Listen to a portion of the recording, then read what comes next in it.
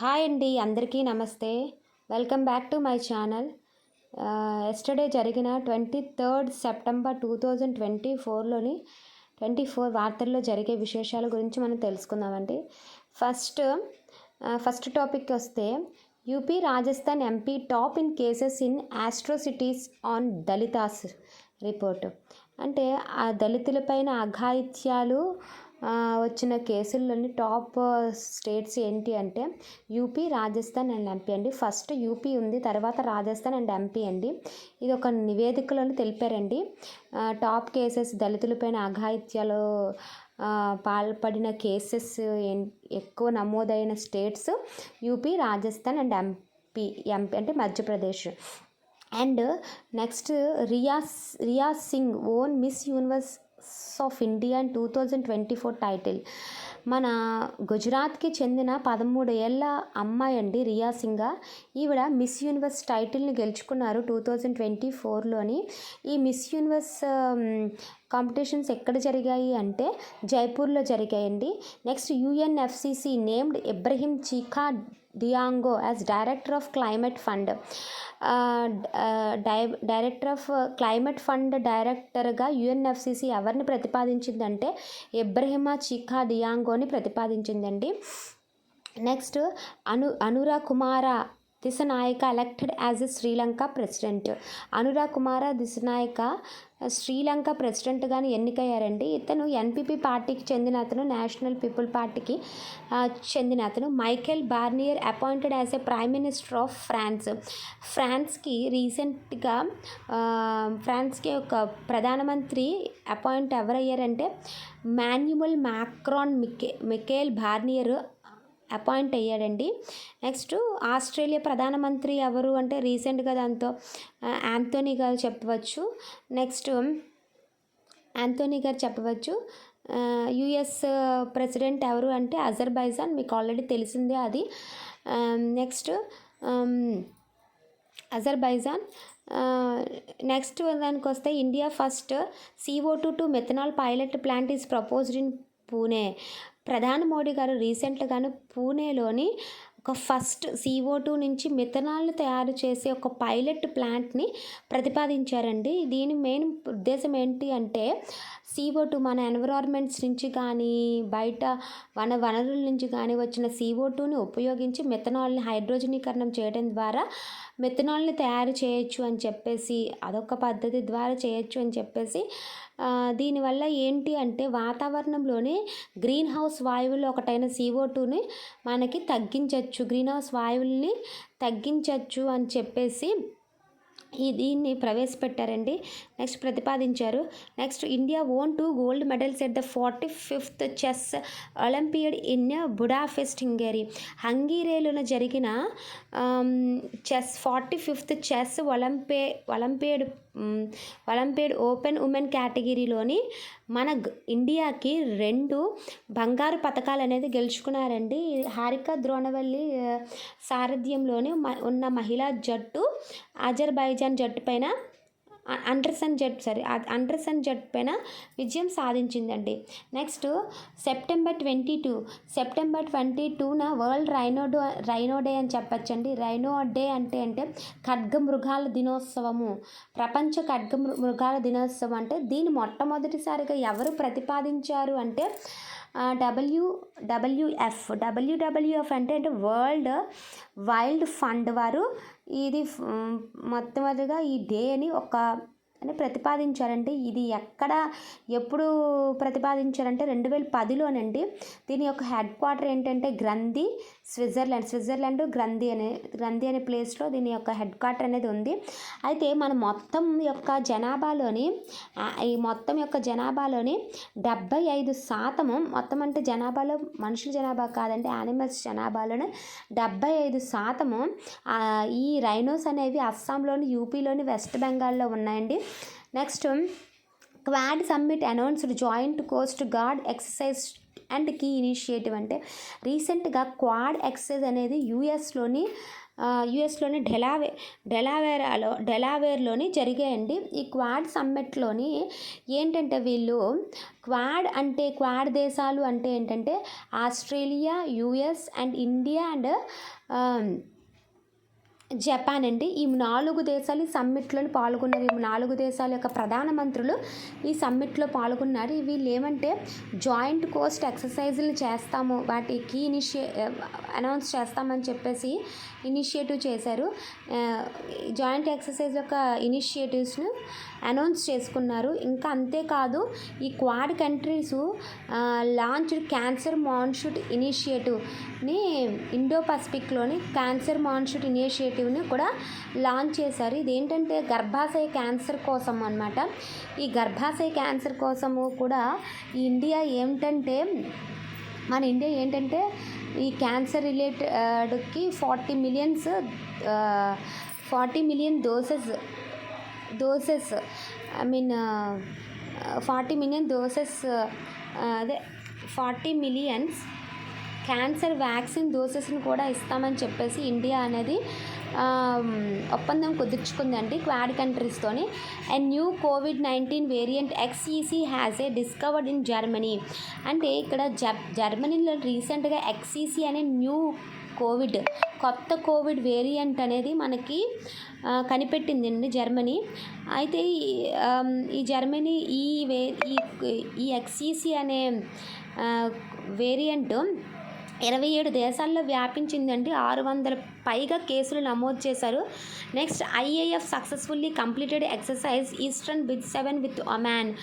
IAF Indian air force ఒమాన్తోని జరిగిన exercise ఏంటి అంటే ఈస్టర్న్ బిజ్ 7 ఎక్సర్సైజ్ అండి.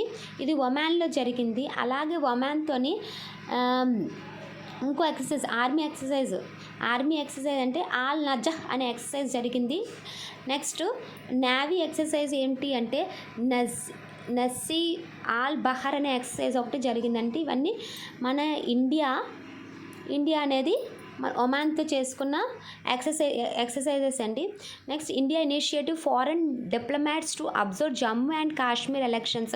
రీసెంట్గా జమ్మూ అండ్ కాశ్మీర్ కేంద్రపాలిత ప్రాంతంగానే మన గవర్నమెంట్ అనేది ప్రకటించిందండి. అయితే ఈ కేంద్రపాలిత ప్రాంతంలోని మనకి ఎలక్షన్స్ అనేవి జరుగుతున్నాయి. ఈ ఎలక్షన్స్ని అబ్జర్వ్ చేయడానికి విదేశీ దౌత్యవేత్తలు వచ్చారు. దీనికి మొదటి దశలోనే 58.85% ఏంటంటే పోలింగ్ అనేది జరిగింది. ఓట్లు అనేవి పోల్ అయ్యాయని చెప్పేసి అక్కడ వాళ్ళు చెప్తున్నారు. నెక్స్ట్ లాస్ and PM Modi attends quad leaders summit in Delaware. Already చెప్పాను కదండి, PM మోడీ గారు అమెరికాలో డెలావేర్లోని క్వాడ్ కంట్రీలతో సమావేశం అయ్యారు అని చెప్పేసి. అక్కడ ఏంటంటే వాళ్ళు డిస్కస్ చేశారు అంటే మాన్షూట్ ఇనిషియేటివ్ అంటే క్యాన్సర్ మాన్షూట్ ఇనిషియేటివ్ లాంచ్ చేసినట్టు, జాయింట్ కోస్ట్ గార్డ్ ఎక్సర్సైజుల్ని అనౌన్స్ చేస్తున్నట్టు, అంటే వాళ్ళ క్వాడ్ దేశాలతోని మన ఇండియా కూడా ఇనిషియేటివ్ చేస్తున్నట్టు జాయింట్ కోస్ట్ గార్డ్ ఎక్సర్సైజులు చేస్తామని చెప్పేసి ఇవన్నీ వాళ్ళు డిస్కస్ చేశారు. అంతేకాకుండా ఈ గర్భాశయ క్యాన్సర్స్కు 40 మిలియన్ డోసెస్ వ్యాక్సిన్ డోసెస్ని కూడా మేము పంపిస్తాము అని చెప్పేసి మన నరేంద్ర మోడీ గారు ఈ క్వాడ్ సమ్మిట్లోని ప్రసంగించారండి. Next Arundhati Roy is a first memorial mother Mary comes to me release in 2025. Books ఆధార్లోకి వస్తే అరుంధతి రాయ్ గారు 2025లోని mother Mary come to me అనే ఒక బుక్ని రిలీజ్ చేశారని చెప్పొచ్చు. ఇది చాలా ఇంపార్టెంట్ అండి. నెక్స్ట్ ఏంటంటే earth will get a second moon from September 29. అంటే మన ఎర్త్కి దగ్గరగానే ఒక గ్రహశకలం అనేది వచ్చిందని చెప్పారు. ఇది సైన్స్ అండ్ టెక్నాలజీలోకి వస్తుంది. గ్రహశకలం అనేది వచ్చిందంటే అది ఎర్త్కి ఎంత దూరంలో వచ్చింది అంటే 2.6 మిలియన్ మైల్స్ దూరంలో వచ్చింది. ఎర్త్కి 2.6 మిలియన్ మైల్స్ దూరం అనేది ఉన్నదండి. అండ్ నెక్స్ట్ ఈ గ్రహశకలం యొక్క వ్యాసం ఎంత అంటే 16 to 138 feet వ్యాసం అనేది ఉంది. ఇది ఎప్పటి నుంచి ఎప్పటి వరకు మన ఎర్త్ దగ్గర ఉంటుంది అని కూడా వాళ్ళు చెప్పారు. సెప్టెంబర్ 29 నుంచి అక్టోబర్ 25 వరకు ఉంటుందని చెప్పారు. Nazira Bano wins gold in taekwondo at Khelo India women's league. మన గుజరాత్లోని జరిగిన టైక్వాండో ఖేలో ఇండియా ఉమెన్స్ లీగ్లో నజీరా భాను గారు గోల్డ్ మెడల్ని గెలుచుకున్నారండి. ఈమె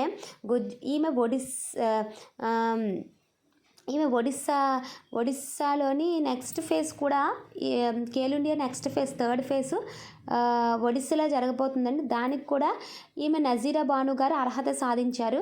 నెక్స్ట్ సెంట్రల్ గవర్నమెంట్ మన government appointed chief justice in 8 high courts. మన గవర్నమెంట్ అంటే రాష్ట్రపతి గారు 8 హైకోర్టు యొక్క న్యాయమూర్తులను అపాయింట్ చేశారండి. వాళ్ళు ఎవరెవరో తెలుసుకుందాము. యాక్చువల్గా ఫస్ట్ మన హైకోర్టు చీఫ్ జస్టిస్ని ఎవరు నియామకం చేస్తారు అంటే మన రాజ్యాంగం ప్రకారం రాష్ట్రపతి గారు నియామకం చేస్తారు. అది ఏ ఆర్టికల్ ప్రకారం చేస్తారంటే 217 ఆర్టికల్ క్లాజ్ 1 ప్రకారం వాళ్ళు నియామకం చేస్తారంటే, అయితే వాళ్ళు ఏ స్టేట్స్కి ఎవరెవరు నియమితం చేశారనేది మనం తెలుసుకుందాం. ఫస్ట్ మద్రాస్కి వస్తే జస్టిస్ కేఆర్ శ్రీరామ్ అనే అతన్ని అపాయింట్ చేశారు. నెక్స్ట్ కేరళలో అనేది జస్టిస్ నితిన్ మధుకర్ జామ్దర్. నెక్స్ట్ ఢిల్లీకి జస్టిస్ మన్మోహన్. హిమాచల్ ప్రదేశ్కి జస్టిస్ రాజీవ్ షక్దర్. జార్ఖండ్కి జస్టిస్ ఎంఎస్ రామచంద్రరావు. మధ్యప్రదేశ్కి justice Suresh Kumar Kait. And Jammu and Kashmir and లడఖ్కి జస్టిస్ తాషి రబ్స్తాన్. అండ్ మేఘాలయకి జస్టిస్ ఇందిరా ప్రసన్న ముఖర్జీ. వీళ్ళు నియమితులయ్యారండి. ఎవరు నియమించారు అంటే రాష్ట్రపతి గారు నియమించారు. ఏ ఆర్టికల్ ప్రకారం, రాజ్యాంగంలో ఏ ఆర్టికల్ ప్రకారం అంటే 217 క్లాజ్ 1 ఆర్టికల్ ప్రకారం అనేది చేశారు. అయితే నెక్స్ట్కి వస్తే India to reclaim 270 antiquities from the US పర్యటన. మన నరేంద్ర మోడీ గారు యుఎస్ పర్యటనలో భాగంగాను మన యుఎస్లోని 297 పురాతన వస్తువుల్ని స్వాధీనం చేసుకుందండి మన భారత్. ఇందులోని 108 కళాఖండాలు, మన కళాఖండాలు, ఇండియాకి చెందిన కళాఖండాలు ఉన్నాయి. అండ్ నెక్స్ట్ నటరాజ విగ్రహాలు 12ని కూడా ఈయన గుర్తించారు. Next India launches first cancer genomics repository. India రీసెంట్గా అంటే Indian cancer genome atlantis foundation అనేది రీసెంట్గా లాంచ్ చేసిందంటే ఒక పోర్టల్ని. ఏ పోర్టల్ అంటే బ్రెస్ట్ క్యాన్సర్కి సంబంధించిన పోర్టల్ అండి. Breast cancer repository of genetic data అంతా ఈ పోర్టల్లో క్రియేట్ చేయబడుతుందండి. ఇది ఇండియాస్ ఫస్ట్ ఇనిషియేటివ్ కింద చెప్పచ్చు. And next India to provide 40 million cancer vaccine doses.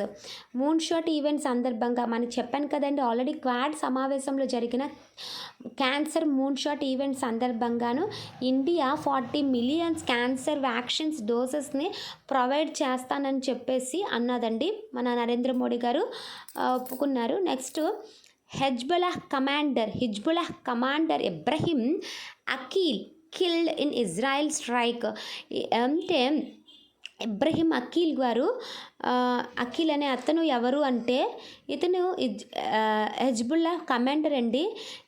యాక్చువల్గా ఇతను ఇరాన్కు చెందిన ఇతను ఏంటంటే ఇజ్రాయెల్ జరిగిన ఇజ్రాయెల్ జరిపిన వైమానిక దాడుల్లోని ఇతను మరణించాడండి. యాక్చువల్గా ఇతను గతంలో 300 మంది పైగా సైనికుల్ని చంపినందుకు సందర్భంగాను ఈ ఇజ్రాయెల్ వైమానిక దాడిలో ఇతన్ని చంపవేయబడ్డారండి. ఇతను ఏ నాయకుడు అంటే హిజ్బుల్లాహ్ కమాండర్ అనమాట, ఇబ్రహీం అకీల్.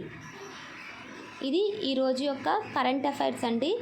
మళ్ళీ నెక్స్ట్ రేపు జరిగే అంశాలతోనే రేపు కలుద్దామండి. అందరికీ థ్యాంక్స్ అండి. నా వీడియో కానీ నచ్చితే లైక్ చేయండి, షేర్ చేయండి అండ్ సబ్స్క్రైబ్ చేయండి. Thank you all.